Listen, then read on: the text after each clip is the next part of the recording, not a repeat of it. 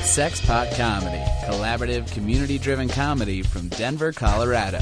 Now and then, here and there, and always at sexpotcomedy.com.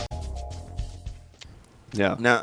Now, how did Kyle? How'd you go about getting the boot? How'd you go about getting them to? I literally, after starting comedy, then I just started immediately hunting for places to have shows, and I literally just walked by there and was like, oh, I'll go in here and look. And I walked up those stairs, saw that stage, walked right up to the bar. He saw those flags. The flags, the big-ass flags. Oh, yeah, dude. It was just immediately, it was perfect. You know? You started another show, didn't you, out at the swing station, right Swing at the station, same time? That was earlier. I started that earlier. That didn't go well. I was on it once. It's usually how the first show goes, man. Yeah, Like and I think we had 3. They wanted every other month. It ended up just being. It taught me the lesson that as soon as you smell that a venue's not going to be good to work with, stop working. Just with don't do it. Mm-hmm. Quit fighting. There's especially in Colorado. There's so many places that want comedy. Go there. Yeah. Yeah. True story. The first venue I tried to do a show at, I think I was 2 years in. And still had not stepped foot into a comedy club as a comic or done a mic yet. That's how I started, like a fucking idiot. And I tried to start my own show at this place in Winston-Salem, North Carolina. And the dude was down. He was all about it. And then he went to jail because he burnt the venue down for insurance. Oh. So my first venue, I never got to actually put a show on because as soon as I got the okay, it never got to burn it down 2 days because later. it got burned down. They literally burned it down. Yeah. Now, how long did the boot actually last?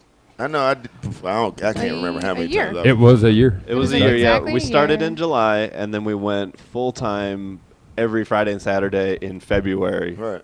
And then that went through August. So that the was end of August. 8 times a week for for 6 6 months. Yeah, months. that was rough. That was rough. Well, I literally I hated walking in there. I got to where I hated Well, I walking mean, in there were a lot of things that happened. because there was issues. Though. Yeah, it wasn't Yeah. the comedy. It was the. There's a lot, and that goes to that lends itself to what we were saying about venue support. Is like when we were packing the place once a month, and it was great, and their numbers were good, and then we established our budget based on that. And then as it went on, we never had like the packed crowds unless we had like a huge name. Right. But I mean, getting consistently 60 to 80 people every Friday and Saturday for 6 months. And they wanted to make it all about they wanted us to take a 5-minute break in between comics to sell drinks and tell people to go to the bar and buy drinks. Our vision did not match what their expectations at all. Yeah. It became a huge problem because there started to be a lot of honest put on us to do all of the marketing and all of that kind of stuff. Yeah. Which is okay, but you still need that support from the venue. You need constant, consistent support. It has to be a partnership is what we've discovered. Yeah. It has to be a partnership. They have to be 100% on board. They have to communicate with you. And it can't be they were that the partnership means that you do all of this and you find a way to keep people in the venue afterwards also eating and drinking. Yeah. They wanted us to do, they tried to make us do karaoke. They tried to make us do a bunch of different stuff. Yeah. To keep people drink because they're we tried really hard to accommodate their needs and their requests, but it was never good enough. It was never good enough. And now if you look at our shows now, we've all talked about it. Our venues, they fucking love us, and it is so fun. It got to be a chore to go to that venue, but now I look forward to going to our venues now. It's the best atmosphere. And they love it. All the venue owners love comedy. That's what's up. Right? Now, once the boot fell.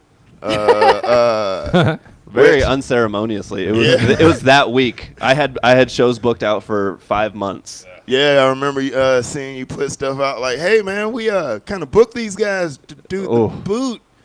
Anybody need a headliner? Oh yeah, I put it in your Facebook group. Yeah, I was like, here's a list of 20 comics that are coming in town. Really amazing comics too. Yeah, they gave us 3 days notice.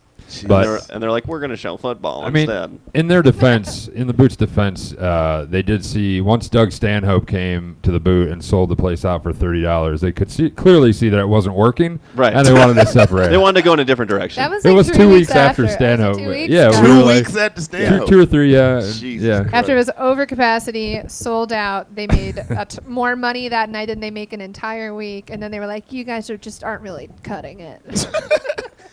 This has been a Sexpot Comedy Joint, collaborative, community-driven comedy produced by Andy Jewett and Kayvon Kalitvari. Headquartered in Denver, Colorado, with technical support from Isaac Miller. Every day at sexpotcomedy.com or at a show near you. Until next time, be well, friends.